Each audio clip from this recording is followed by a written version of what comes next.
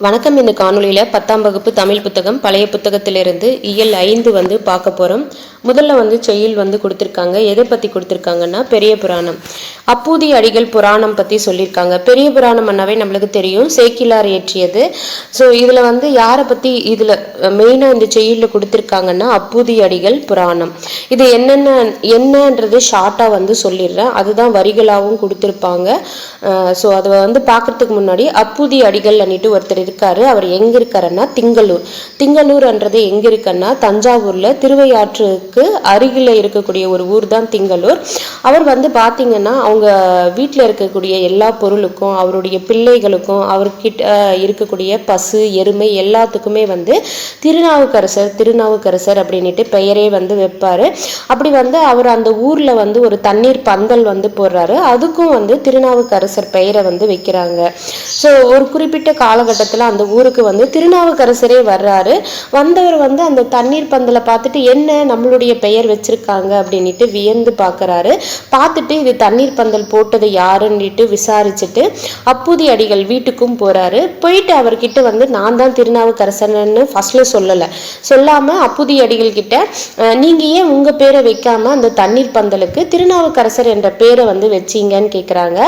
அது அப்போ அப்பூதி அடிகள் சொல்றாரு, திருநாவுக்கரசரை கல்லுல கட்டி கடல்ல தூக்கி போட்டாலும் அவர் மீண்டும் எழுந்து வந்தவர் அப்படின்ட்டு அவரை பத்தி பெருமையா சொல்லுவாரு. அதுக்கப்புறம் நீங்க இதெல்லாம் கேட்குறீங்களே, நீங்க யாரு அப்படின்ட்டு அப்பூதி அடிகள் அவர்கிட்ட கேட்பாங்க. அதுக்கு சொல்லுவாரு, நான் தான் திருநாவுக்கரசர் அப்படின்னு சொல்லுவாங்க.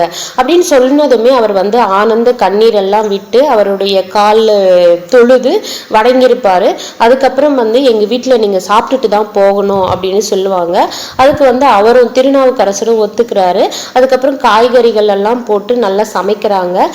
அவர் அப்பூதி அடிகளுடைய மூத்த மகனை கூப்பிட்டு போயிட்டு நல்ல வாழை இலை, இளங்குருத்து வாழை இலையை பறிச்சுட்டு வான்னு சொல்றாங்க. ஸோ அந்த மூத்த மகன் பேரும் திருநாவுக்கரசர் தான். அவர் போயிட்டு இலைய பறிக்கிறப்ப அங்க இருக்கக்கூடிய பாம்பு அவரை கடிச்சதால அவர் இறந்துடுறாரு. ஸோ அப்பா அம்மா இன்னும் வரலையேன்னுட்டு மகனை தேடி போறாங்க. ஸோ அவருடைய உடல்ல விஷயம் ஏறினதால அவர் இறந்துட்டாருன்னு தெரிஞ்சுக்கிட்டவங்க. ஸோ இதனால இவருக்கு அந்த படைய விருந்து ஏற்பாடு பண்ணியிருப்பாங்க இல்லையா, அது தடைப்படக்கூடாதுன்னுட்டு மகன் இறந்த செய்தியே மறைச்சிட்டு அவருக்கு சாப்பாடெல்லாம் பரிமாறின பிறகு அதுக்கப்புறம் அந்த திருநூரை கொடுத்து ஆசீர்வாதம் பண்ணிட்டு இருப்பாரு. அப்போ எல்லா பிள்ளைகளுக்கும் பண்ணிட்டு உங்க மூத்த மகனையும் கூப்பிடுங்க அப்படின்னு அப்பூதி அடிகள் கிட்ட சொல்லுவாங்க. அதுக்கு அப்பூதி அடிகள் சொல்லுவாரு, இப்போ அவனுக்கு இங்க எந்த தேவையும் இல்லை, அவன் வர வேண்டிய அவசியம் இல்லை அப்படின்னு சொல்லுவாரு. உடனே திருநாவுக்கரசருக்கு அவர் சொல்றது ஏற்க முடியல.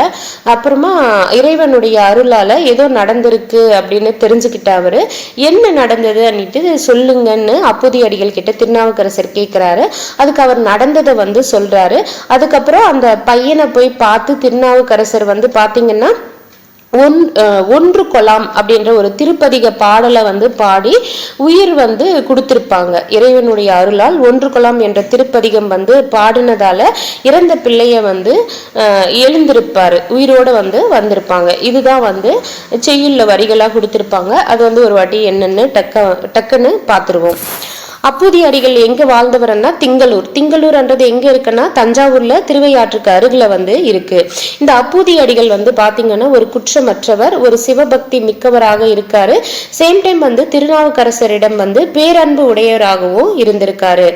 அப்பூதி அடிகள் ஏற்கனவே சொன்ன மாதிரி அவங்க வீட்டுல இருக்கக்கூடிய ஒரு தராசுல இருந்து எல்லா பொருளுக்குமே திருநாவுக்கரசர் என்ற பெயர் தான் வச்சிருப்பாரு.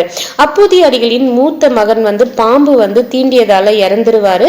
அதுக்கப்புறம் திருநாவுக்கரசுக்கு தெரிய வந்ததுமே என்ன பாடி அவரை உயிர்ப்பித்திருப்பாருன்னா ஒன்று கொலாம் என்ற திருப்பதிகம் பாடி அந்த பிள்ளைய உயிர்ப்பித்திருப்பாரு. ஸோ அதுக்கப்புறம் செய்யுள் வரிகள் கொடுத்துருக்காங்க பாருங்க. அப்பூதி அடிகள் தம் மனையில் உள்ள அனைத்திற்கும் திருநாவுக்கரசு என்னும் பெயரையே சூட்டல். களவு, பொய், காமம், கோபம் முதலிய குற்றம் காய்ந்தார் இது எல்லாமே இல்லாதவர் தான் அப்பூதி அடிகள். வளமிகு மனையின் வாழ்க்கை நிலையினார் மனைப்பால் உள்ள அளவைகள் நிறைகோள் மக்கள் ஆவோடு மேதி, மேதி என்ன எருமை, ஆன்னா பசு, ஆவோடு மேதி மற்றும் உலையெல்லாம் அரசின் நாமம் சாற்றும் அவ்வொழுக லாற்றார்.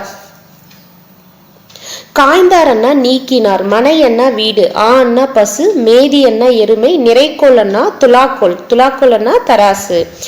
திங்களூர் வந்த திருநாவுக்கரசர் தண்ணீர் பந்தல் காணல். அளவில் சனம் செல ஒளிய வலிக்கரையில் அருளுடையார் உளமனைய தன்னந்தளித்தாய் ஊறுவெனில் பரிவ கற்றிக் குளம் நிறைந்த நீர்த்தடம் போல் குளிர் தூங்கும் பரப்பின தாய்வளம் மருவும் நிழல் தரும் தண்ணீர் பந்தர் வந்தணைந்தார். தன்னந்தளித்தாய் அப்படின்னா குளிர்ச்சி நிறைந்த, தன்னளித்தாய் அண்ணா குளிர்ச்சி நிறைந்த, தடம் அண்ணா தடாகம், தடம் அண்ணா தடாகம். செல ஒளிய வலி என்றது ஈறுகெட்ட எதிர்மறை பெயரச்சம், வலிக்கரை என்றது ஆறாம் வேற்றுமை தொகை, உருவேனில் என்றது உருச்சொற்றொடர், நீர்த்தடம் என்றது இரண்டாம் வேற்றுமை உருவும் பயனும் உடன் தொக்க தொகை, பந்தர் என்றது பந்தல் என்பதனுடைய கடைப்போலி. செலவொழிய செலவு குட்டல் ஒழிய, வலிக்கரை வலி குட்டல் கரை. தண்ணீர் பந்தலில் தம் பெயர் இருக்க கண்டு வியப்புறுதல். வந்தணைந்த வாகீசர், வாகீசர் திருநாவுக்கரசனுடைய வேறு பெயர்களில் ஒன்று. வாகீசர் அன்னிட்டு யாரு சொல்லுவோம்? திருநாவுக்கரசரை தான் சொல்லுவோம். வந்தணைந்த வாகீசர் மந்த மாருத சீத பந்தருடன் அமுதமாம் தண்ணீரும் பார்த்தருளி சிந்தை வியப்புறு வருவார் திருநாவுக்கரசரெனும் பேர் சந்தமுற வரைந்ததனை எம்மருங்கும் தாங்கண்டார். வாகீசர் என்றது யாருடைய பெயர்களில் ஒன்றுன்னா திருநாவுக்கரசர். அப்பரனும் சொல்லுவாங்க, வாகீசர் அப்படின்னுட்டும் திருநாவுக்கரசரை தான் சொல்லுவாங்க. ஸோ அங்க என்ன எழுதி இருந்தது அழகா சந்த இதோட திருநாவுக்கரசர் தண்ணீர் பந்தல் என்ற பெயரை பாக்குறாரு. மாருத சீதம்னா குளிர்ந்த இளம் தென்றல் காற்றுடன் கூடிய குளிர்ந்த நீர்.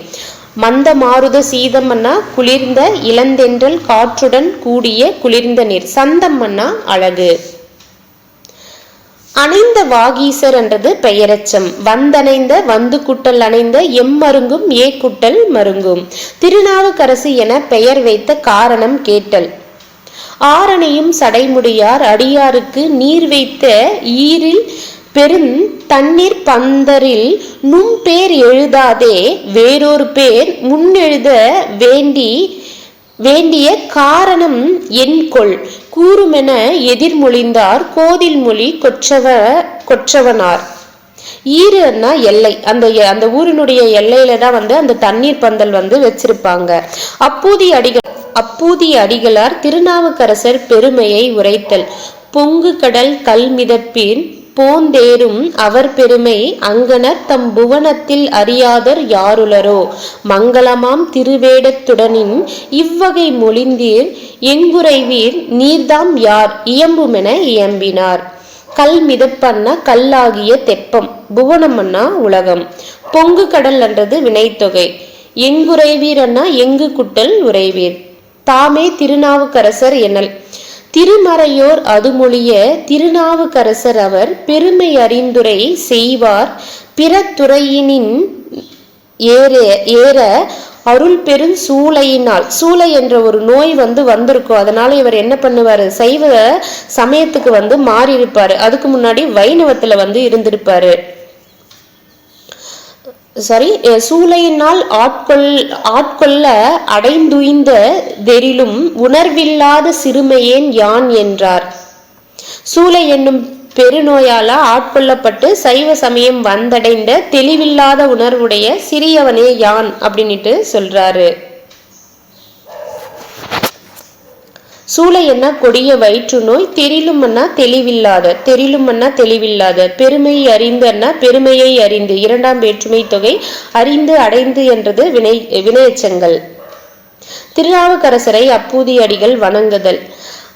அரசறியா உரை செய்ய அப்பூதி அடிகள் தாம் கரகமலம் மிசை குவிய கண்ணருவி பொழுந்திலிய உரைக்குளறி உடம்பெல்லாம் ரோமப்புல கம்பொழிய தரையின் மிசை வீழ்ந்தவர் தம் சரண கமலம் பூண்டார்.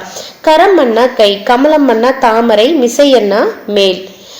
கரகமலம் அண்ணா உருவகம், கரகமலம் அண்ணா உருவகம், கரம் அண்ணா கையா, அப்போ கரகமலம்ன்றது உருவகம்.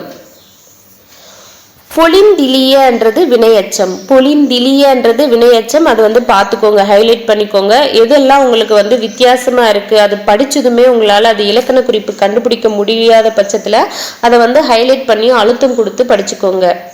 பொலிந்திலியன்றது வினையச்சம். கண் அருவி என்றது கண் குட்டல் அருவி, உடம்பெல்லாம் உடம்பு குட்டல் எல்லாம். திருநாவுக்கரசர் அமுதுண்ண இசைத்தல். ஆசனத்தில் பூசணைகள் அமர்வித்து விருப்புடன் வாசம் நிற திருநீற்று காப்பேந்தி மனந்தலைப்ப தேசமுய்ய வந்தவரை திருவமுது செய்விக்கும் நேசமுற விண்ணப்பம் செய்ய அவரும் அது நேர்ந்தார். திருநீற்று காப்பு அண்ணா பெரியோர்களால் வாழ்த்தி வழங்கப்படும் திருநீரு. நேர்ந்தார் அண்ணா இசைந்தார், நேர்ந்தார் இசைந்தார். தேசம் என்றது இடவாகு பெயர், வந்தவர் என்றது வினையால் அணையும் பெயர். திருவமுது திருக்குட்டல் அமுது, மனந்தலைப்ப மனம் குட்டல் தலைப்ப. வாழை இலை அறிந்து கொணர மூத்த திருநாவுக்கரசரை அனுப்புதல். தூய நற்கரிகளான அறுவகை சுவையால் ஆக்கி ஆயின் அமுதம் ஆக்கி அமுது செய்தருள தங்கள் சேயவர் தம்மில் மூத்த திருநாவுக்கரசரை வாளை மேய பொற்குறித்து கொண்டு வா என விரைந்து விட்டார். தங்கள் சேயவர் என்றது தங்களின் குழந்தைகள். தாய் சேயன்னு சொல்லுவோம் இல்லையா, சேயன்னா யாரு, குழந்தைங்க. அப்போ தங்கள் சேயவர் என்றது தங்களின் குழந்தைகள். பொற்குருத்து என்றது மிக இளமையான வாழை குருத்து. நற்கரிகள் இன்னமுதம் என்றது பண்பு தொகைகள். நற்கரிகளை எப்படி பிரிக்கலாம், நன்மை குட்டல் கரிகள், இன்னமுது இனிமை குட்டல் அமுது. மூத்த திருநாவுக்கரசு வாளை குறித்து அறியும் போது பாம்பு தீண்டல். நல்லதாய் தந்தை ஏவ நான் இது செய்ய பெற்றேர் என்று ஒல்லையில் விரைந்து தோட்டத்தில் புக்கு பெரிய வாளை மல்லலம் குருத்தை ஈரும் பொழுதினில் வாழ ராவென்று அல்லுற்ற ஒழுங்கி சோர அங்கையில் தீண்டிற்றன்றே. அங்கையில் தீண்டிற்றன்றே. ஒல்லை அண்ணா விரைவு, மல்லல் அண்ணா வளமான, அம்மண்ணா அழகிய. ஒல்லை அண்ணா விரைவு, மல்லல் அண்ணா வளமான, அம்மண்ணா அழகிய, வால் அண்ணா கூரிய. அந்த பாம்பினுடைய கூரிய பற்கள்ன்றத சொல்ல வருவாங்க. வால் அண்ணா கூரிய.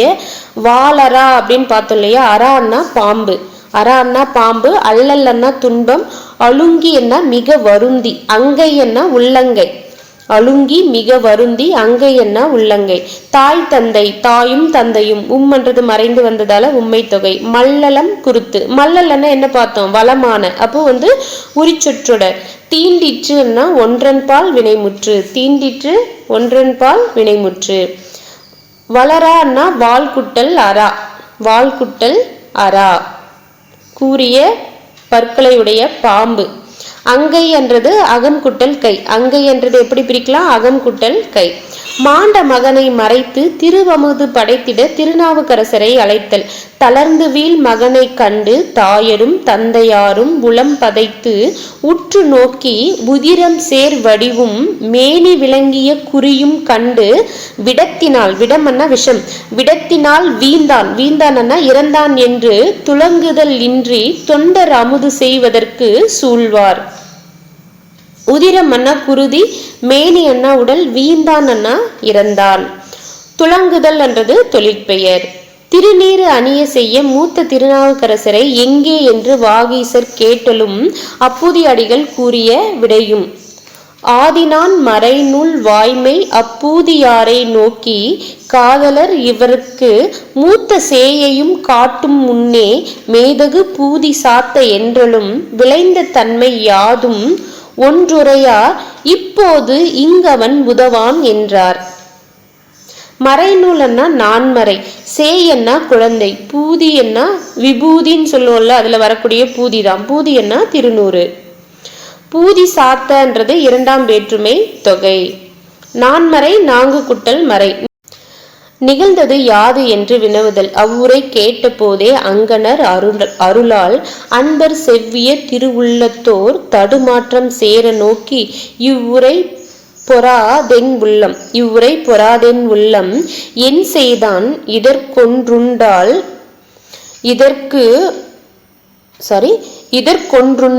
மெய்விரி துறையும் என விளம்புவார் விதிர்ப்புற்றஞ்சி. அங்கணர் அண்ணா அழகிய நெற்றிக்கண்ணை உடைய சிவன். பொறாது அண்ணா ஏற்காது, மெய் அண்ணா உண்மை. அங்கணர் என்றது அன்மொழி தொகை. அங்கணர் என்பது அன்மொழி தொகை. நோக்கி என்றது வினையச்சம். விதிர்ப்புற்றஞ்சி என்றதை எப்படி பிரிக்கலாம்? விதிர்ப்பு குட்டல் உற்று குட்டல் அஞ்சி. திருநாவுக்கரசர் பதிகம் பாடி மூத்த திருநாவுக்கரசரை உயிர்ப்பித்தல்.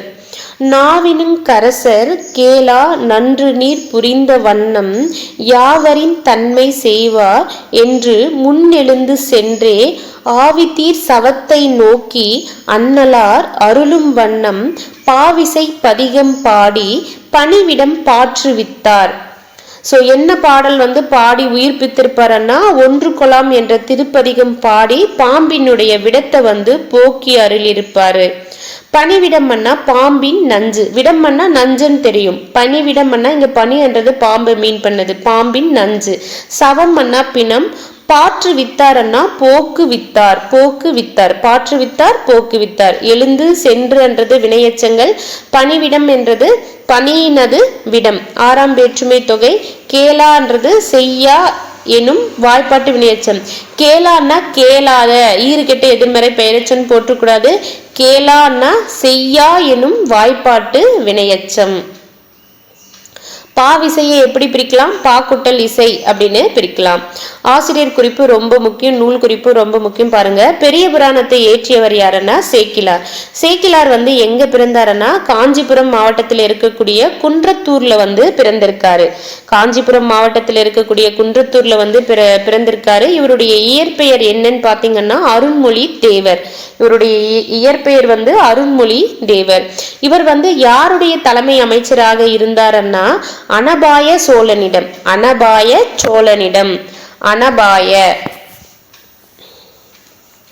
ஒரு பாய் கிட்ட தலைமை அமைச்சராக சேக்கிலார் இருந்திருக்காரு. அனபாயி சோழன் அப்படின்ற மாதிரி ஞாபகம் வச்சுக்கோங்க. இவரை வேற எப்படி அழைக்கப்படுறாங்கன்னா உத்தம சோழ பல்லவர் அப்படின்னுட்டு பட்டம் பெற்றிருக்காரு. உத்தம சோழ பல்லவர். தெய்வ சேக்கிலார் அப்படின்னுட்டு இவரை தொண்டர் சீர் பரவுவார் போற்றிருக்காரு. தெய்வ சேக்கிலார் அன்னிட்டு யார் சேக்கிலார போற்றிருக்காருன்னா தொண்டர் சீர் பரவுவார் போற்றிருக்காரு. தொண்டர் சீர் பரவுவார். இப்போ நிறைய பேர் கடவுளை ப்ரே பண்ணுவோம் இல்லையா? அப்போ நம்ம எல்லாம் யாரு? கடவுளுடைய தொண்டர்கள் அப்படின்ற மாதிரி. தெய்வ சேக்கிலார் அப்படின்னு சொன்னா தொண்டர் தான். தொண்டர் சீர் பரவுவார் போற்றிருக்காரு. இவருடைய எத்தனாவது நூற்றாண்டுன்னு பாத்தீங்கன்னா 12ஆம் நூற்றாண்டு கிபி. ஸோ நம்மளுக்கு தெரியும் இல்லையா, கம்பர், ஒட்டக்கூத்தர், சேக்கிலார், புகழேந்தி புலவர், பிற்கால ஔவையார் எல்லாம் ஒரே காலகட்டத்தை சேர்ந்தவங்க. சேக்கிலாருடைய இயற்பெயர் அருண்மொழி தேவர். இவர் யார்கிட்ட தலைமை அமைச்சராக இருந்தாருன்னா அனபாய சோழனிடம். உத்தம சோழ பல்லவர் என்றது இவருடைய பட்டம் பெற்றிருக்காரு. என்ன பட்டம் பெற்றிருக்காரு? உத்தம சோழ பல்லவர். நூற்குறிப்பு பாருங்க, தனியடியார் எத்தனை பேர்னா 63 பேர் இருக்காங்க. தனியடியார்கள் 63, தொகையடியார் 9 பேரு. ஸோ தனியடியார் 63, தொகையடியார் 9 பேரும் சேர்த்து மொத்தம் 72 பேர் சிவனடியார் ஆவர். அந்த அடியார்களுடைய வரலாற்றை கூறுவதால இது புராணம் அப்படின்ற பொருள்ல பெரிய புராணம் என பெயர் பெற்றது என்றதை சொல்றாங்க. பெரிய புராணமே யாரை பத்தி? அந்த 72 அடியார்களுடைய வரலாற்றை கூறுவதால புராணம் என்ற பொருள்ல பெரிய புராணம் என பெயர் பெற்றது.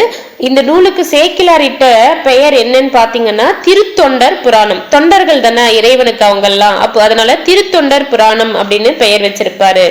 தில்லை நடராச பெருமாள் உலகெல்லாம் என்ற அடியெடுத்து கொடுக்க பாடப்பெற்ற நூல் அப்படின்ட்டு பெரிய புராணத்தை சொல்றாங்க.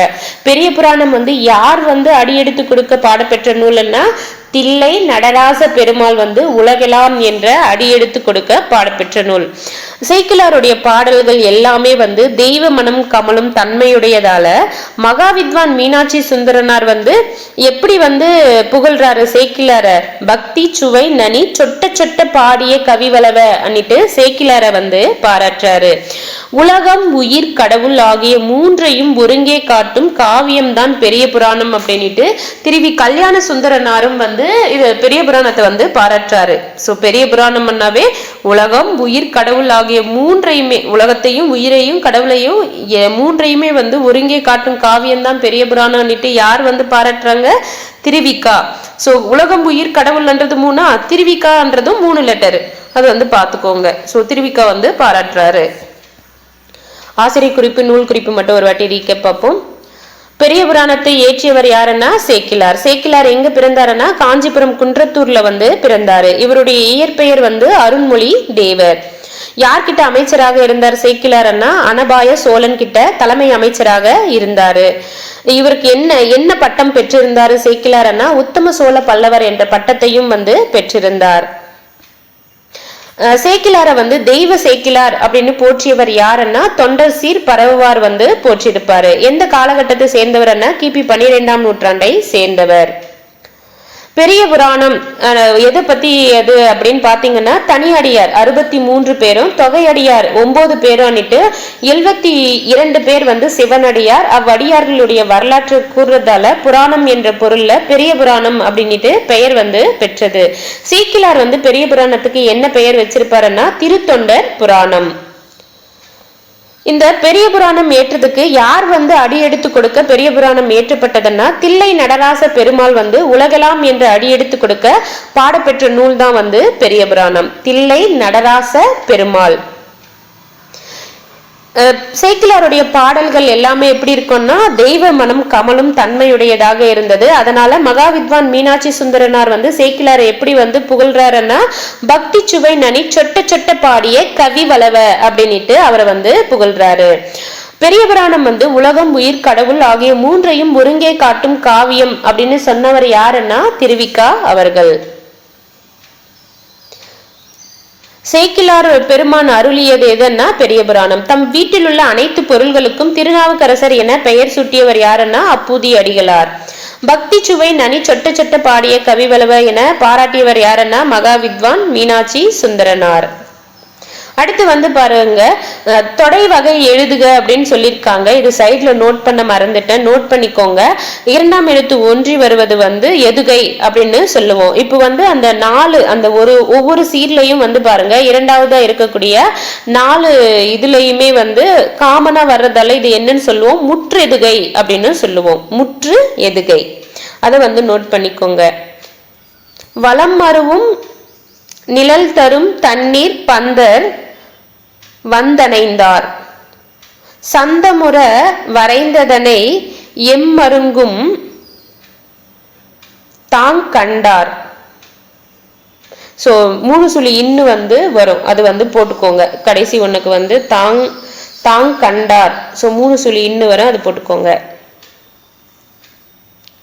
மேதி அண்ணா எருமை, சந்தம் அண்ணா அழகு, கோதில் அண்ணா குற்றமில்லாத, கோதில் அண்ணா குற்றமில்லாத, அங்கனர் அண்ணா சிவன், அங்கனர் சிவன். இங்க வந்து பாருங்க அன்பை பெருக்கி எனது ஆறுயிரை காக்க வந்த இந்த பெருக்கே இறையே பராபரம் என்ன தாயுமானவர். இது எப்படி ஞாபகம் வச்சுக்கிறீங்கன்னா தாயுமானவர் அண்ணாவே அம்மா, தாய் தான். தாய் வந்து என்ன பண்ணுவாங்க? அன்பை வந்து பெருக்கி நமக்கு நிறைய அன்பை வந்து கொடுத்துட்டே இருப்பாங்க. அதிகமா அன்பை பெருக்கி எனது ஆறுயிரை காக்க வந்த, நம்மளுடைய ஆறுயிரை வந்து காக்க வந்த இன்ப பெருக்கே இறையே பராபரமே. சோ அன்பை வந்து பெருக்கி நம்மளுடைய ஆறுயிரை காக்க வந்த இன்பத்தை தரக்கூடிய கடவுளுக்கு நிகரானவங்க யாரு? நம்மளுடைய தாய் தான், தாயுமானவர் அப்படின்னுட்டு தாயோட கம்பேர் பண்ணி இந்த வரிகளை ஞாபகம் வச்சுக்கோங்க. அடுத்து பாருங்க திரைப்படக்கலை உருவான கதை.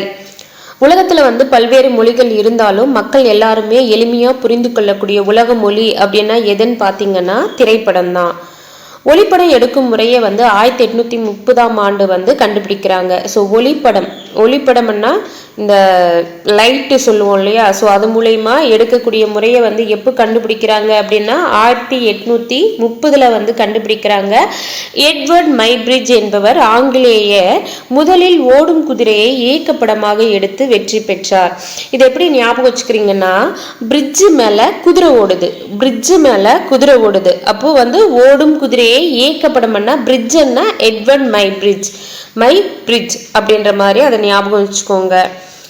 ஸோ அவர் வந்து என்ன பண்றாரு, ஓடக்கூடிய குதிரையை வந்து ஏக்கப்படமாக வந்து எடுக்கிறதுல வெற்றி பெறாரு. அடுத்து வந்து பாருங்க, ஈஸ்ட்மேன் என்பவர் படச்சுருள் உருவாக்கும் முறையை கண்டுபிடித்தார்.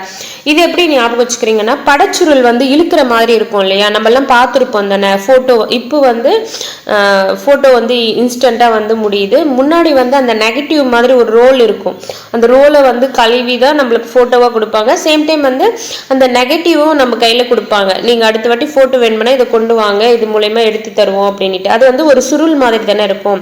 அப்போ அது இழுத்து தான் பார்ப்போம், எத்தனை போட்டோ என்னென்ன இருக்குன்னுட்டு இழுத்து தான் பார்ப்போம். அப்போ படச்சுருள்னா இழுப்போம், ஈஸ்ட் இழுக்கிறது ஈஸ்ட், படச்சுருள்னா இழுப்போம் ஈஸ்ட்மேன் அப்படின்ற மாதிரி அதை ஞாபகம் வச்சுக்கோங்க. எடிசன் என்றவர் வந்து பாத்தீங்கன்னா ஒருவர் மட்டும் பார்க்கும் படக்கருவியை வந்து கண்டுபிடிக்கிறாரு. இது எப்படி ஞாபகம் வச்சுக்கிறீங்கன்னா, இப்போ நம்ம ஒரு படம் வந்து பார்க்குறோம் அப்படின்னா அந்த ஃபர்ஸ்ட்ல வந்து அது யார் பார்த்துருப்பா, அந்த படத்தை எடிட் பண்ணவரை தான் வந்து பார்த்தே முடிச்சிருப்பாரு. இப்போ டைரக்டரே பார்த்தீங்கன்னா நிறைய காட்சிகளை வந்து எடுப்பாங்க, அதை வந்து கரெக்டாக என்ன இடத்துல கரெக்டாக வந்து அந்த கதை ஓட்டத்துக்கு ஏற்ற மாதிரி எடிட் பண்ணி கொண்டு வர யாரு, எடிட்டர். அவர் தான் என்ன பண்ணுவார், அந்த படத்தை வந்து அந்த எடிட் பண்ணுற ஒருவர் தான் வந்து அதை வந்து ஃபர்ஸ்ட்ல பார்த்துருப்பாரு அப்படின்ற மாதிரி. எடிசன் என்றவர் ஒருவர் மட்டும் பார்க்கும் படக்கருவியை கண்டுபிடித்தார் என்றதை ஞாபகம் வச்சுக்கோங்க. அடுத்து வந்து பாருங்க, பிரான்சிஸ் சென்கின்சு அப்படின்ற அமெரிக்கர் வந்து 1894 ரிச்மண்ட் என்ற இடத்துல இயக்கப்படத்தை பலரும் பார்க்கும் வகையில வந்து வடிவமைத்திருக்காரு. யாருன்னா பிரான்சிஸ் சென்கின்ஸ் என்ற அமெரிக்கர் வந்து 1894. ஸோ 1885 நம்ம இந்திய தேசிய காங்கிரஸ் வந்து இங்கே உருவாக்கி நம்ம சுதந்திரத்திற்காக வந்து இங்கே போராடிட்டு இருப்போம், எங்களுக்கு சுதந்திரம் கொடுங்க அப்படின்ட்டு. அங்கே வந்து பார்த்தீங்கன்னா 9 வருஷம் கழிச்சு ஒரு படத்தையே வந்து படத்தையே வந்து நிறைய பேர் பார்க்குற வகையில் வந்து வடிவமைக்கிறாங்க. யாருன்னா பிரான்சிஸ் சென்கின்ஸ். புதிய படவீழ்த்திகள் உருவாக இவருடைய கருத்துக்களை அடிப்படையாக அமைந்தன. புதிய படவீழ்த்திகள் உருவாக யாருடைய கருத்துக்கள் அடிப்படையாக அமைந்தன, இந்த பிரான்சிஸ் சென்கின்ஸ் அவர்களுடைய கருத்துக்கள் என்றதை குறிப்பிட்டிருக்காங்க. அந்த காலகட்டத்தில் உருவான படங்கள் எல்லாமே வந்து பாத்தீங்கன்னா ஊமை படங்கள் தான், பேசும் படங்கள் இல்லை அப்படின்றத குறிப்பிட்டிருக்காங்க. ஸோ இந்த பேஜில் முக்கியமான டீட்டெயில்னு பார்த்தீங்கன்னா, உலகத்தில் பல்வேறு மொழிகள் இருந்தாலும் மக்கள் அனைவரும் எளிதில் புரிந்து கொள்ளும் உலக மொழி எதுன்னா திரைப்படம். ஒளிப்படம் எடுக்கும் முறையை வந்து எப்போ கண்டுபிடிக்கிறாங்கன்னா 1830. முதலில் ஓடும் குதிரையை இயக்கப்படமாக எடுத்து வெற்றி பெற்றவர் யாருன்னா எட்வர்ட் மைப்ரிட்ஜ். படச்சுருள் உருவாகும் முறையை கண்டுபிடித்தவர் யாருன்னா ஈஸ்ட்மேன். ஒருவர் மட்டும் பார்க்கும் படக்கருவியை கண்டுபிடித்தவர் வந்து எடிசன். 1894 ரிச்மண்ட் என்ற இடத்துல இயக்கப்படத்தை பலரும் பார்க்கும் வகையில வடிவமைத்தவர் யாருன்னு பார்த்தீங்கன்னா பிரான்சிஸ் சென்கின்ஸ். ஸோ பிரான்சிஸ் சென்கின்ஸ் அவருடைய புதிய படவீழ்த்திகள், ஸோ அவருடைய அடிப்படை கருத்துக்கள் தான் வந்து புதிய படவீழ்த்திகள் உருவாக காரணமாக இருந்தது. ஸோ அன்றைய காலகட்டத்தில் உருவான படங்கள் எல்லாமே ஊமை படங்கள். அடுத்து வந்து பாருங்க, நடிப்பாற்றல வந்து எடுத்து சொல்லி சில நேரங்கள்ல அவங்களே நடிச்சும் காட்சிகள் வந்து அமைத்து படம் முடியும் வரை உழைக்கிறவர் யாரு அப்படின்னா இயக்குனர். அவங்கள வந்து என்னன்னு சொல்றாங்கன்னா நுண்மான் நுழைப்புலம் உடையாரே இயக்குனர் என்பர். நுண்மான் நுழைப்புலம் உடையாரே அப்படின்ட்டு யாரு சொல்றாங்க, இயக்குனரை வந்து சொல்றாங்க. இப்ப படங்கள் அப்படின்னு பாத்தீங்கன்னா செய்தி படங்கள் இருக்கு. உலகில் பல்வேறு பகுதிகளில் நடைபெறும் நிகழ்ச்சிகளை படம் படமாக்கி காட்டும். ஸோ செய்தி படங்கள் என்ன பண்ணும், உலகத்தில் என்ன நடந்தாலும் அதெல்லாம் வந்து காட்சிகளை எடுத்து காட்டக்கூடியது செய்தி படங்கள். செய்தி படங்கள் வாயிலாக உலக நிகழ்வுகளை வந்து நாம் இருக்கிற இடத்துல இருந்தே வந்து தெரிஞ்சுக்கலான்றத சொல்றாங்க. விளக்க படங்களால் ஒரு நாட்டு மக்களின் வாழ்க்கை முறைகளை உள்ளவாறு அறியலாம். விளக்க படங்கள் வந்து ஒரு நாட்டு மக்கள் எப்படி வாழ்றாங்க என்னன்றதை தெரிஞ்சுக்கலாம். படப்பதிவின் போது பல வகை தொல்லைகளும் அல்லல்களும் இடர்பாடுகளும் துன்பங்களும் தடைகளும் ஏற்படும். உலக போரின் போது ஆப்பிரிக்கா ஐரோப்பா கண்டங்களில் படமெடுப்போர் பலர் சுட்டுக் கொல்லப்பட்டனர். ஒரு படத்தை எடுக்கிறாங்கன்னா பீஸ்ஃபுல்லா போய் எடுத்து முடிச்சிடுறாங்கன்னா கிடையாது, நிறைய இடர்பாடுகள் வந்து குறுக்கீடுகள் எல்லாம் வரும் அப்படின்னு சொல்றாங்க. அப்படி வந்து உலக போரின் போது ஆப்பிரிக்கா ஐரோப்பிய கண்டங்கள்ல வந்து அந்த படம் எடுக்கக்கூடியவங்களெல்லாம் வந்து சுட்டு கொண்டிருக்காங்கன்றதையும் குறிப்பிடுறாங்க. திரைப்படம் எடுக்க பயன்படும் படச்சுருள் வந்து பாத்தீங்கன்னா எதனால் ஆனதுன்னா செல்லுலாய்டு. திரைப்படம் எடுக்கக்கூடிய படச்சுருள் வந்து எதனால் ஆயிருக்குன்னா செல்லுலாய்டால் வந்து ஆயிருக்கு. படம் எடுக்க பயன்படும் சுருள் வந்து எதிர்ச்சுருள் எனப்படும். அந்த சுருளை வந்து என்னன்னு சொல்றாங்க, எதிர்ச்சுருள் அப்படின்னு அழைக்கிறாங்க. ஒலி பதிவுகளை தனித்தனி படச்சுருள்களில் அமைப்பர். ஒலின்னா அந்த சவுண்டு, அந்த பேசுற வாய்ஸ் மியூசிக் எல்லாம் நம்மளுக்கு கேட்குது இல்லையா, அதுவும் அதுக்கப்புறம் நம்ம பார்க்கக்கூடிய காட்சிகள் ஒளிப்பதிவுகளையும் வந்து தனித்தனி சுருள்கள்ல வந்து அமைக்கிறாங்கன்றதை குறிப்பிட்டிருக்காங்க. படப்பிடிப்பு கருவியில் ஓரடி நீளமுள்ள படச்சுருளில் 16 படங்கள் வீதம் ஒன்றன் பின் ஒன்றாக தொடர்ச்சியாக எடுக்கப்படும்.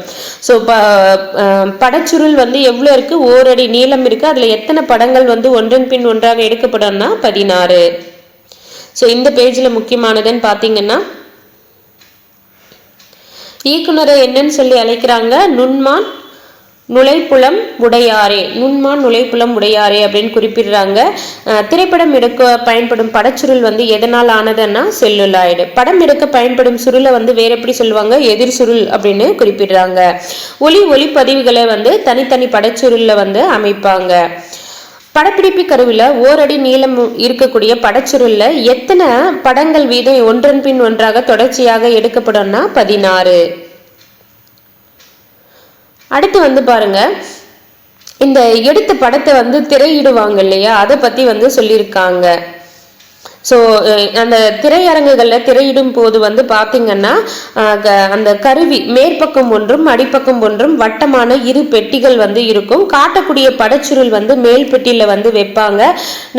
நம்ம தியேட்டர் எல்லாம் பார்த்துருப்போம் இல்லையா, ஸோ அந்த ஸ்க்ரீனுக்கு பின்னாடி இது வந்து நடக்குது. அந்த எப்படி அந்த இமேஜ் வந்து அந்த தியேட்டர் ஸ்கிரீன்ல விழுதுன்றதை பத்தி சொல்றாங்க. ஸோ ஒளிப்பட கருவி என்னும் கருவி திரையரங்குகள்ல திரைப்படம் காட்டப்படுகிறது. இக்கருவியில் மேற்பக்கம் ஒன்றும் அடிப்பக்கம் ஒன்றுமாக வட்டமான 2 பெட்டிகள் வந்து இருக்கும். காட்ட வேண்டிய படச்சுருள் வந்து எப்பவுமே மேல் பெட்டியில வந்து பொருத்துவாங்க. இக்கருவியில் பல பற்சக்கரங்களும் சக்கரங்களும் வந்து இருக்கான். படச்சுருளை வந்து பற்சக்கரங்களுக்கு இடையில வந்து செலுத்தி கீழே உள்ள பெட்டியில மீண்டும் வந்து சுற்றி கொள்ளுமாறு செய்வர். நம்ம இந்த டேப் ரெக்கார்ட்ல கேசட் வந்து போட்டுட்டு இருந்தோம் இல்லையா, இதுக்கு முன்னாடி அந்த கேசட் என்ன பண்ணும், ஃபுல்லா டேப் இருக்கும். ஒரு டேப்ல இப்போ பாட்டு ஓடும்போது ஒரு டேப்ல இருந்து இன்னொரு டேப்புக்கு வந்து சுத்தும் இல்லையா, அதே இதுதான் இதுல இருக்கும். அதாவது ஒரு படச்சுருள்ல இருந்து இன்னொரு படச்சுருளுக்கு வந்து சுருட்டி கொள்ளும்ன்றதை சொல்றாங்க. இடையில வந்து பாத்தீங்கன்னா ஒளிமிகு விளக்குகளும் உருப்பெருக்கிகளும் இடையில் படம் வரும். ஸோ அந்த இடையில அந்த கேப்ல தான் வந்து பாத்தீங்கன்னா ஒளிமிகு விளக்குகளுக்கும் உருப்பெருக்கிகளுக்கும் இடையில வந்து படம் வரும். முன்புறம் வந்து ஒரு மூடி வந்து இருக்கும். அந்த மூடிக்கு வந்து 2 கைகள் உண்டு. அந்த மூடி வந்து பாத்தீங்கன்னா ஒரு நொடிக்கு வந்து 8 முறை வந்து சுழலும்னு சொல்றாங்க. முன்னாடி வந்து ஒரு மூடி இருக்கும், அது 2 கைகள் இருக்கும். அதுல வந்து அந்த மூடி வந்து ஒரு நொடிக்கு வந்து 8 முறை வந்து சுழலும். அதன் கைகள் வந்து நொடிக்கு 16 முறை வந்து சுழலும். மூடி வந்து நொடிக்கு 8 முறை, கைகள் வந்து 16 முறை வந்து சுழலும்ன்றதை கொடுத்துருக்காங்க. இப்படி நடைபெறது மூலயமா தான் வந்து அந்த கேப்ல வந்து அந்த இமேஜ் எல்லாமே வந்து நம்மளுக்கு திரையில தெரிஞ்சு நம்மளால காண முடியுது அப்படின்னுட்டு குறிப்பிடுறாங்க. கருத்து படம் அமைக்க தொடங்கியவர் யாருன்னா வால்ட் டிஸ்னி. இவர் வந்து ஒரு ஓவியர். ஸோ கருத்து படம் அமைக்க தொடங்கியவர். கருத்து படத்தை வந்து முதல்ல வந்து பாரதியார் வந்து அறிமுகப்படுத்தியிருப்பார் இல்லையா இதழ்களில், இந்தியா என்ற இதழில் வந்து அறிமுகப்படுத்தியிருப்பார் இல்லையா. ஸோ இது இந்த அதே போல் ஒரு படம் வந்து திரைப்படமாக வந்து கொண்டு வந்தவர் யாருன்னு பார்த்தீங்கன்னா வால்ட் டிஸ்னி. இவர் வந்து ஒரு ஓவியராம். இப்போ டிஸ்னி ப்ளஸ் ஹாட் ஸ்டார் அப்படின்னு எல்லாம் நம்ம விளம்பரத்தில் டிவில எல்லாம் பார்ப்போம் இல்லையா, டிஸ்னி ப்ளஸ்ன்ட்டு. ஸோ வால்ட் டிஸ்னி, அதை வந்து ஞாபகம் வச்சுக்கோங்க. கருத்து படம் அமைக்க தொடங்கியவர் யாருன்னா வால்ட் டிஸ்னி. இவர் வந்து ஒரு ஓவியர். இந்த கருத்து படத்தை வேற எப்படி அழைக்கிறாங்கன்னா இயங்குறு படங்கள் அப்படின்னும் அழைக்கிறாங்க. கருத்து படத்தை வேற எப்படி அழைக்கலாம்னா இயங்குறு படங்கள். அடுத்து வந்து செய்தி படம். செய்தி படம்னா உலகத்துல பல்வேறு பகுதிகளில் நடக்கும் நிகழ்ச்சிகளை படமாக்கி காட்டுவது தான் வந்து செய்தி படம் ஆகும். திரைப்படம் எடுப்பதனை விட செய்தி படம் எடுப்பது கடினமான பணியாகும் அப்படின்னு சொல்றாங்க. அடுத்து வந்து கல்வி படம். கல்வி படம் அப்படின்னா என்னன்னு பார்த்தீங்கன்னா வாழ்க்கையில நேரில் காண முடியாத பல இடங்களையும் நேரிலே பார்ப்பதனை போலவே காட்டுவதற்கு கல்வி படம் வழி செய்கிறது அப்படின்னு சொல்றாங்க. அதுக்கப்புறம் வந்து வள்ளலாருடைய ஒரு லைன் கொடுத்துருக்காங்க பாருங்க. கல்லாருக்கும் கற்றாருக்கும் களிப்பருளும் களிப்பே, கல்லாருக்கும் கற்றாருக்கும் களிப்பருளும் களிப்பே என்ற வரிகள் யாருடையதுன்னா வள்ளலார். ஸோ இது வரைக்கும் ஒரு வாட்டி ரீகேப் மட்டும் பார்ப்போம். மூடி வந்து நொடிக்கு எத்தனை முறை சொல்லலாம்னா 8 முறை. கைகள் வந்து நொடிக்கு எத்தனை முறை சொல்லலாம்னா 16 முறை. கருத்து படம் அமைக்க தொடங்கியவர் யாருன்னா வால்ட் டிஸ்னி. இவர் யாருன்னா ஒரு ஓவியர். கருத்து படங்களை வேற எப்படி அழைப்பாங்கன்னா இயங்குறு படங்கள் அப்படின்னு அழைப்பாங்க.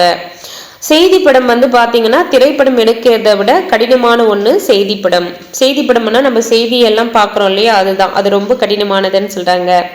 கல்வி படம்ன்றது என்னன்னு பார்த்தீங்கன்னா நம்ம வாழ்க்கையில் நேரில் வந்து பார்க்க முடியாத விஷயங்கள் எல்லாம் வந்து பார்ப்பதனா தான் வந்து கல்வி படம் வந்து வழி செய்து நம்மளுக்கு என்றதை குறிப்பிடுறாங்க. கல்லாருக்கும் கற்றாருக்கும் களிப்பருளும் களிப்பே என்று கூறியவர் யாருன்னா வள்ளலார். நடிப்பாற்றல் மிக்கவரையும் நடிப்பை கற்று தருபவரையும் வந்து என்னன்னு சொல்லுவோம், இயக்குனர் என அழைப்போம். படப்பிடிப்பு கருவியை நகர்த்தும் வண்டியில் பொருத்துவதும் உண்டு. இயங்குறு படங்கள் பார்ப்பதற்கு வேடிக்கையாக இருக்கும்.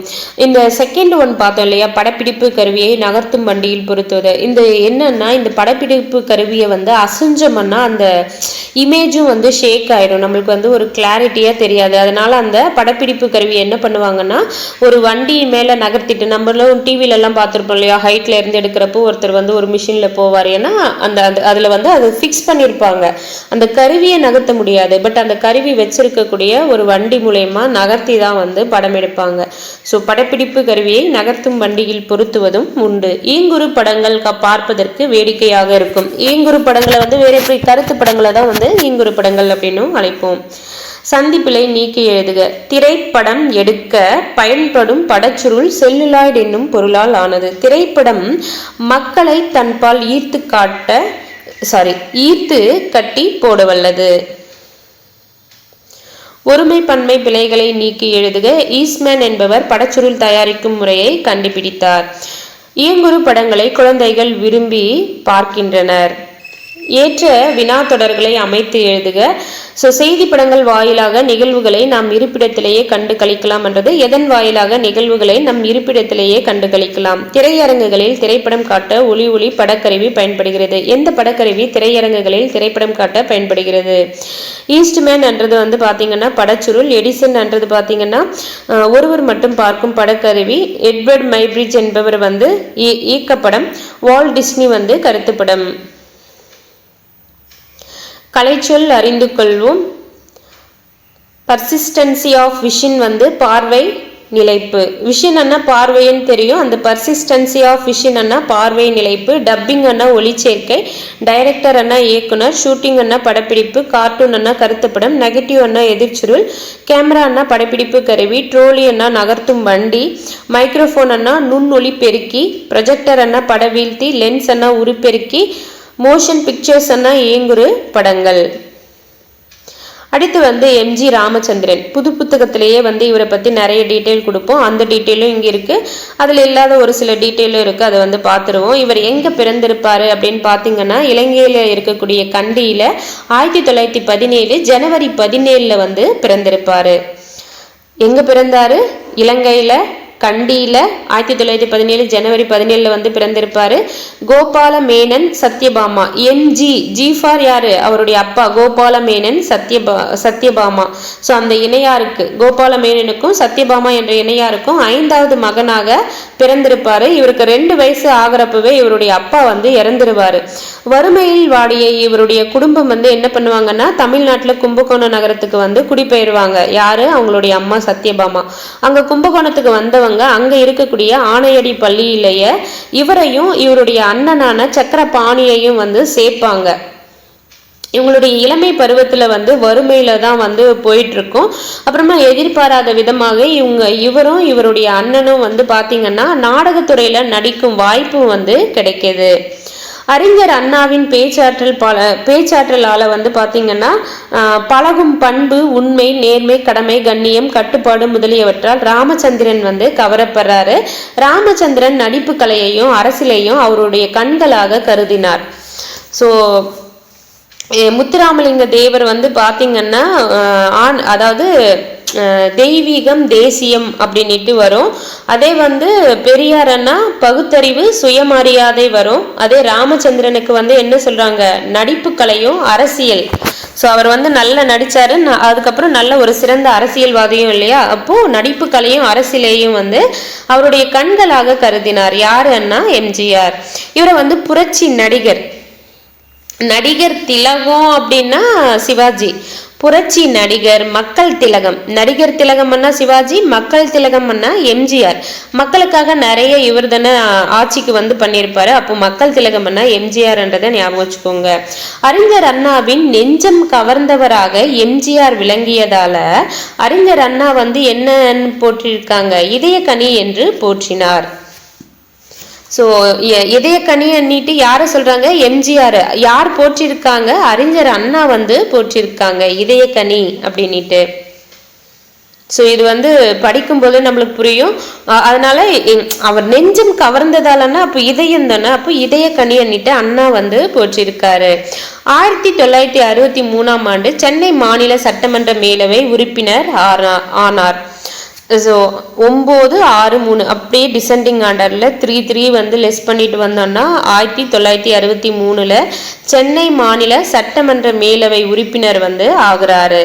4 வருஷம் கழிச்சு 67 பரங்கிமலை தொகுதியில் போட்டியிட்டு வெற்றி பெற்றார். அப்போ பரங்கிமலை தொகுதியில போட்டிட்டு வெற்றி பெற்றாருன்னா என்னவா ஆயிருப்பாரு, எம்எல்ஏ, கீழவை சட்டமன்ற கீழவைக்கு வந்து எம்எல்ஏ வந்து ஆயிருப்பாரு. மேலவை வந்து மக்களால் தேர்ந்தெடுக்கப்பட மாட்டாங்க, ஆனா கீழவை வந்து மக்களால் அப்போ பரங்கிமலை தொகுதியில் போட்டியிட்டு வெற்றி பெற்றாருன்னா 67 வந்து சட்டமன்றத்துக்கான சட்டமன்ற பேரவைக்கு வந்து எம்எல்ஏ ஆயிடுவாரு. 1972ஆம் ஆண்டில் தாம் இருந்த இயக்கத்திலிருந்து விலகி புதிய கட்சியை தொடங்கினார். 67 வந்து நம்மளுக்கு தெரியும் இல்லையா, 1967 தான் அண்ணா வந்து முதலமைச்சர் ஆயிருப்பாரு. அண்ணா முதலமைச்சரான அதே வருஷம் தான் என்ன பண்றாரு, எம்ஜிஆர் வந்து பரங்கிமலை தொகுதியில போட்டியிட்டு வெற்றி பெறாரு. 69 2 வருஷம் கழிச்சு 69 அண்ணா வந்து இறந்துருவாரு. அண்ணா இறந்ததுமே என்ன ஆகும், அங்க வந்து கலைஞர் வந்து முதலமைச்சர் ஆயிருவாரு. கலைஞர் முதலமைச்சர் ஆறப்பதான் வந்து கருத்து வேறுபாடு நிகழ்ந்து 72 அதாவது அண்ணா இறந்த அடுத்த 3 வருஷத்துல, அண்ணா இறந்த அடுத்து 3வது வருஷம் அந்த கட்சியில விட்டு வெளியே வர்றாரு. 72 வெளியே வந்தவர் அடுத்த 5 வருஷம் கழிச்சு 77 வந்து இவர் தனியா ஒரு கட்சியை ஆரம்பிச்சு தேர்தலில் போட்டியிட்டு வெற்றி பெற்று முதலமைச்சராகவும் வந்து ஆயிடுவாரு. இவர் முதலமைச்சர் ஆனவர் இவர் அதாவது இறந்து போற வரைக்கும் இவர் தான் அந்த 11 ஆண்டுகள் வந்து தமிழ்நாட்டின் முதல்வராக வந்து பணியாற்றியிருப்பாரு. சென்னை பல்கலைக்கழகம் இவருடைய பணிகளை பாராட்டி டாக்டர் பட்டமும் வந்து வழங்குறாங்க. இந்திய அரசு சிறந்த நடிகருக்கான பாரத் என்ற பட்டத்தையும் வந்து வழங்கி சிறப்பிச்சிருக்காங்க. இது வரைக்கும் ஒரு வாட்டி ரீகேப் மட்டும் பார்ப்போம். எம்ஜிஆர் எங்க பிறந்தாருன்னா இலங்கையில கண்டியில 1917 ஜனவரி 17ஆம் நாள் வந்து பிறந்தாரு. தாய் தந்தை வந்து கோபால மேனன் சத்யபாமா.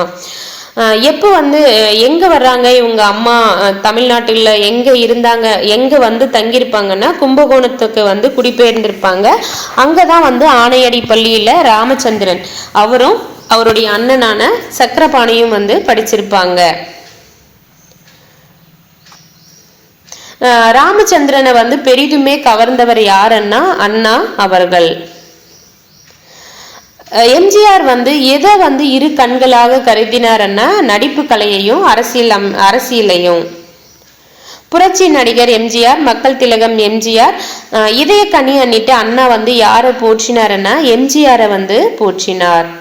எம்ஜிஆர் வந்து சென்னை மாநில சட்டமன்ற மேலவை உறுப்பினரானது எப்போதுன்னா 1963. பரங்கிமலை தொகுதியில் போட்டியிட்டு வெற்றி பெற்றது எப்போது எம்ஜிஆர் அப்படின்னு பாத்தீங்கன்னா 1967. திமுக இருந்து எப்போ விலகுவாருன்னா 1972. தமிழக சட்டமன்ற தேர்தலில் வெற்றி பெற்று முதலமைச்சராக பதவியேற்றது எப்போது எம்ஜிஆர் 1977. அப்படி முதலமைச்சர் ஆனவர் எத்தனை வருஷம் வந்து முதலமைச்சராக பணியாற்றி இருப்பாருன்னா 11 ஆண்டுகள். டாக்டர் பட்டம் எம்ஜிஆருக்கு வந்து எந்த பல்கலைக்கழகம் கொடுத்ததுன்னா சென்னை பல்கலைக்கழகம். இந்திய அரசு சிறந்த நடிகருக்கான கொடுக்கக்கூடிய பட்டம் எதுன்னா பாரத். அந்த பட்டத்தை வந்து எம்ஜிஆருக்கு வந்து கொடுத்திருக்காங்க. பெருந்தலைவர் காமராசர் காலத்தில் அறிமுகப்படுத்திய மதிய உணவு திட்டத்தை வந்து தொடக்க பள்ளியில படிக்கும் குழந்தைகள் எல்லாருமே வந்து பயனளிக்கும் வகையில சத்துணவு வழங்கும் திட்டமாக வந்து யார் செயல்படுத்தினாங்கன்னா எம்ஜிஆர் வந்து செயல்படுத்தினாங்க. மதிய உணவு திட்டம் வந்து காமராசர் கொண்டு வந்தாரு. அது சத்துணவு வழங்கும் திட்டமாக செயல்படுத்தியவர் யாருன்னா எம்ஜிஆர். புரட்சி தலைவர் யாரு அப்படின்னா எம்ஜிஆர். இவர் வந்து எப்ப இறந்துடுறாருன்னு பாத்தீங்கன்னா 24/12/1987 வந்து இறந்துருவாரு. 77 வந்து ஆட்சிக்கு வந்தாரு. அதோட 11 வருஷம் முதலமைச்சரா இருந்தாருன்னு பார்த்தோமா.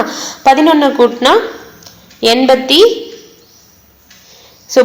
கூட்டணும்னா 88 வரும். பட் வந்து அவர் 87 அந்த 11வது இதுல வந்து போறப்பதான் வந்து இறந்துருவாரு. அதோட 10 ஆட் பண்ற மாதிரி இருக்கும். பட் முதலமைச்சரா 11 வருஷம் வந்து இது பண்ணிருப்பாரு. ஏன்னா அந்த 87 கடைசியில தானே இறந்திருக்காரு, டிசம்பர் மாசம் 24. அது வந்து பாத்துக்கோங்க. 77 வர்றாரு, 87 இறந்துடுறாரு. 87 எப்போன்னா டிசம்பர் 24.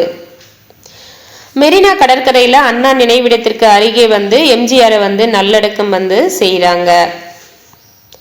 அதுக்கப்புறம் பாரத ரத்னா விருது இந்திய மாமணி. பாரத ரத்னான்னு சொல்லுவாங்க, இல்ல இந்திய மாமணி சொல்லுவாங்க. அது எம்ஜிஆருக்கு எப்போ கொடுக்குறாங்கன்னா அவர் இறந்த அடுத்த வருஷம் 1988. காமராசர் வந்து பாத்தீங்கன்னா 1975 வந்து இறந்துடுவாரு. 76 பாரத ரத்னா கொடுப்பாங்க. அதே போல இவருக்கு வந்து பாத்தீங்கன்னா 87 வந்து இறந்துடுறாரு. 88 வந்து பாரத ரத்னா விருது வந்து கொடுத்திருக்காங்க. வாழ்ந்தவர் கோடி மறைந்தவர் கோடி மக்கள் மனதில் நிற்பவர் யார் அப்படின்னு இவருடைய திரைப்பட பாடலுக்கு இவரே வந்து ஒரு சிறந்த எடுத்துக்காட்டாக வாழ்ந்திருக்காருன்றதையும் சொல்லியிருக்காங்க. இது வரைக்கும் ஒரு வாட்டி ரீகேப் மட்டும் பார்ப்போம். மதிய உணவு திட்டத்தை தொடங்கி வைத்தவர் யாருன்னா பெருந்தலைவர் காமராசர். அதை வந்து சத்துணவு வழங்கும் திட்டமாக செயல்படுத்தியவர் யாருன்னா எம்ஜிஆர். புரட்சி தலைவர் யாரு எம்ஜிஆர். எம்ஜிஆர் எப்ப இறந்தாருன்னா 1987 டிசம்பர் 24. இவருடைய உடல் வந்து எங்கு வந்து நல்லடக்கம் பண்ணாங்கன்னா மெரினா கடற்கரையில அண்ணா நினைவிடத்திற்கு அருகே வந்து நல்லடக்கம் செய்யப்பட்டது. பாரத ரத்னா விருது எம்ஜிஆருக்கு எப்ப கொடுத்தாங்கன்னா 1988. அடுத்து வந்து பாருங்க உவம உருபுகள். நம்மளுக்கு வந்து உவம உருபுகள்னா தெரியும். போல, போன்ற, அன்ன, இன்ன, அற்று, இற்று இதெல்லாம் வந்து ஊம உருபுகள் நினைட்டு அதை பத்தி தான் கொடுத்திருக்காங்க. தமிழ்ச்செல்வி குயில் போல பாடினாள். குயில் போல இவ்வாறு ஒரு பொருளை சிறப்பித்து கூற அதனை விட சிறந்த வேறொரு பொருளோடு ஒப்பிடுவது தான் வந்து உவமித்து கூறுதல் எனப்படும். இவ்வாறு உவமித்து கூறுவதனால் புரியாதான எளிதில் புரியும். புரியாததும் வந்து இப்படி ஊமையா வந்து குறிப்பிட்டு சொல்றதால புரியாத விஷயம் கூட எளிமையா புரியும் அப்படின்னு சொல்றாங்க. கேட்டாருக்கு இன்பம் பயக்கும். அது கேட்கிறவங்களுக்கே வந்து ஒரு இன்பத்தை வந்து கொடுக்கும் அப்படின்றத சொல்றாங்க. தமிழ் தேன் போல இனிமையானது. தமிழ் வந்து தேன் போல இனிமையானது. ஊம உருபு தொடர். கிளி போல பேசினாள். போலன்றது ஊம உருபு. வேய்புரை தோல் என்றது புரை என்பது ஊம உருபு. தாயொப்ப பேசும் மகள் ஒப்ப ஊம உருபு. முழவு உரல் தடக்கை உரல என்றது ஊம உருபு. மலரன்ன சேவடி அன்னன்றது ஊம உருபு. ஊம உருபுகள் பல உள்ளனன்ட்டு கீழே கொடுத்திருக்காங்க பாருங்க. போல, புறைய, ஒப்ப, உரல, மான, கடுப்ப, இயைய, எய்ப்ப, நேர, நிகர, அன்ன, இன்ன இது எல்லாமே வந்து ஊம உருபுகள். ஊம உருபுகள்ல வந்து விரியூமை அப்படின்னு கொடுக்குறாங்க. விரியூமை என்னன்னா இந்த ஊம உருபு வெளிப்படையா வந்தா அது வந்து விரியூமை அப்படின்னு சொல்லுவாங்க, அல்லது ஊமை தொடர் அப்படின்னு சொல்லுவாங்க. தேன் போன்ற மொழி, தேன் வந்து ஊமை, மொழி வந்து உவமேயம், போன்றன்றது உவம உருபு. அடுத்து வந்து பாருங்க தேன்மொழி, இது வந்து தொகையூமை. தொகைன்னா மறைந்து வர்றது, தொக்கி வர்றது தான் வந்து தொகைன்னு சொல்லுவோம். அப்படின்னா மறைந்து வந்திருக்குன்னு அர்த்தம். அப்போ தேன்மொழின்றது தேன் போன்ற மொழி. ஸோ போன்ற என்ற ஊம உருபு மறைந்து வர்றதால இது தொகையூமை அல்லது ஊமை தொகை அப்படின்னு குறிப்பிடுவாங்க. ஊமை உருவகம் மாற்றம் பத்தி கொடுத்திருக்காங்க பாருங்க. பவளவாய், நம்மளுக்கு ஆல்ரெடி ஊமை உருவகம் எல்லாம் நம்ம படிச்சிருப்போம். ஊம உருபு வந்து முதல்ல வந்ததுன்னா அது ஊமை தொடர். ஊம உருபு வந்து இரண்டாவது அந்த வார்த்தையில இரண்டாவது இடத்துல வந்ததுன்னா அது வந்து உருவகம் அப்படின்னு படிச்சிருப்போம். உங்களுக்கு தெரிஞ்சிருக்கிற டீட்டெயில்ஸ் அப்படியே மைண்ட்ல ஏற்றுக்கோங்க. இதுல இருக்கக்கூடிய புது டீட்டெயில்ஸ் எதுவும் மண்டையில ஏற்ற வேண்டாம். ஆனா இந்த ஊம உருபுகள் இது இருக்குன்றதை மட்டும் படிச்சுக்கோங்க. போல புரிய ஒப்ப உருள மான கடுப்ப இயைய எய்ப்ப நேர நிகர அன்ன என்ன, இது எல்லாமே வந்து ஊம உருபுகள். அடுத்து ஊமை உருவகம் வந்து பவளவாய் என்ன, பவளம் போன்ற வாய் அப்படின்னா அது வந்து ஊமை. அதே வந்து வாய் பவளம்னா வாய் தான் பவளம், வாய் வந்து பவளம் மாதிரி இருக்கு அப்படி வந்ததுன்னா அது வந்து உருவகம். ஒரு பொருளை அதனை விட சிறந்த மற்றொரு பொருளோடு ஒப்பிட்டு சொன்னோம்னா அது வந்து ஊமை. அதே வந்து மேல வந்து பவளவாயின்னு பார்த்தோம் இல்லையா, அது ஊமை. கீழே வந்து வாய்ப்பவளம்னு கொடுத்திருக்காங்க பாருங்க. ஓமானத்தையும் உவமேயத்தையும் வேறுபடுத்துவது. உவமானம் எது? பவளம். உவமேயம் எதுன்னா வாய். இது வந்து வேறுபடுத்தாது, இரண்டும் ஒன்றே என ஒற்றுமைப்படுத்தி காட்டுவதுதான் உருவகம் அப்படின்னு சொல்லியிருக்காங்க. ஊமை உருவகத்துக்கு அவங்களே வந்து எக்ஸாம்பிளும் கொடுத்துருக்காங்க பாருங்க. அமுத மொழி என்ன ஊமை, மொழி அமுது. ஊமையில எல்லாமே பாருங்க ஊமையா சொல்லக்கூடிய பொருள் வந்து இரண்டாவது அமுத மொழி. ஊமையில வந்து எப்பவுமே ஊமிக்கக்கூடிய பொருள் வந்து முதல்ல இடம் பெற்றிருக்கும். அதே உருவகத்துல வந்து பாத்தீங்கன்னா அந்த ஊமையா சொல்லக்கூடியது வந்து இரண்டாவது இடத்துல வந்து, அதாவது அந்த வார்த்தையினுடைய கடைசியில வந்து இடம் பெற்றிருக்கும். அமுத மொழி, இதுல ஊமை எது? அமுதம். அமுதம் போன்ற மொழி. அப்போ முதல்ல வந்திருக்கா கயற்கண். கயல்னா மீன், மீன் போன்ற கண். மீன் என்ற ஊமை வந்து முதல்ல வந்திருக்கு. தேன் தமிழ், பூவிரல், மதிமுகம், மலரடி, முத்துப்பல். முத்துன்றது ஊமை, அந்த பல் இருக்கான், எப்படி இருக்கான்? முத்து போல இருக்கு. அதுக்கப்புறம் விற்புருவம், புருவம் வந்து வில்லு போன்ற புருவம். மலர் பாதம், மலர்கள் போன்ற பாதம், மலர் போல இருக்கு பாதம் அப்படின்ட்டு. அப்போ ஊமை ஃபர்ஸ்ட்ல வந்தா அது வந்து ஊமை தொடர், வெளிப்படையா வந்தா ஊமை தொடர், மறைந்து வந்தா ஊமை தொகை. இதுல எல்லாமே மறைந்து வந்ததால இது ஊமை தொகை. உருவகம் மொழியமுது, அப்படியே அதை அப்படியே ரீப்ளேஸ் பண்ண மாதிரி வந்தா அது வந்து உருவகம். அது வந்து ஒரு வாட்டி பார்த்துக்கோங்க. ஸோ எல்லாருக்கும் தெரியும் ஊமை என்ன உருவகம் அண்ணா என்ன. ஸோ ஊம உருவுகள் ஒரு வாட்டி படிச்சிருங்க. போல புரிய ஒப்ப உருள மான கடுப்ப இயைய எய்ப்ப நேர நிகர அன்ன என்ன, இப்படி வந்ததுன்னா அது வந்து ஊம உருவுகள். அடுத்து வந்து பாருங்க மான் போல மருளும் பார்வை. தொகை ஊமைகளை விரி ஊமைகளாக மாற்றுக. ஸோ விரி ஊமைகள்னா ஊம உருவு வெளிப்படையாக வரணும். மதி போன்ற முகம், பவளம் போன்ற வாய். விரி யூமைகளை வந்து தொகை யூமைகளாக மாற்றுகன்றப்போ அப்போ ஊம உருவு வந்து மறைந்து வரணும். கயல்விழி, கிளிமொழி. மலர் பாதம் என்றது உருவகமாகணும்னா பாதமலர். விழி கயல் என்றது ஊமையா மாத்தணும்னா கயல்விழி. கயல்னா மீன், ஸோ அப்போ மீன் போன்ற விழி. கனிவாய் என்றது உருவகமா மாத்தணும்னா வாய்க்கனி. பல்முத்த ஊமையா மாத்தணும்னா முத்துப்பல். அடுத்து மரபு தொடர். நம்மளுக்கு வந்து தெரியும் இல்லையா, நம்மளுடைய முன்னோர்கள் எப்படி சொன்னாங்களோ ஒரு வார்த்தையை அதை அப்படியே பயன்படுத்துறது தான் வந்து மரபு தொடர். சில மரபு தொடர்களை பொருள் அறிவோம் அப்படின்றத கொடுத்திருக்காங்க. ஆயிரங்காலத்து பயிர், நீண்ட காலத்திற்கு உரியது. ரொம்ப முக்கியங்க. எப்பவுமே வந்து இதுல இருந்து ஒரு கொஷின் வந்து கேட்டுட்டே தான் இருக்காங்க எல்லா எக்ஸாமுக்கும். ஆயிரங்காலத்து பயிர்னா நீண்ட காலத்திற்குரியது. எடுப்பார் கைப்பிள்ளைன்னா தன் சிந்தனையின்றி சொல்பவர் பேச்சை கேட்டு நடப்பவர். ஏட்டு சுரக்காய் கறிக்குதவாது என்றது பட்டறிவில்லாத படிப்பறிவு. அவளை நினைத்து உரலை இடித்தல் என்றது எண்ணும் செயலும் ஒத்து வராமை. முதலை கண்ணீர் என்றது பொய்யழுகை. அவசர குடுக்கை என்றது எண்ணி துணியாதவர்.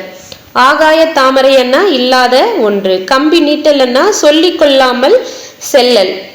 தாளம் போடுதல்னா எதை சொன்னாலும் அப்படியே ஏற்றுக்கொள்றது, நல்ல தாளம் போடுறன்னு நம்ம பயன்படுத்துவோம்ல பேச்சு வழக்குல.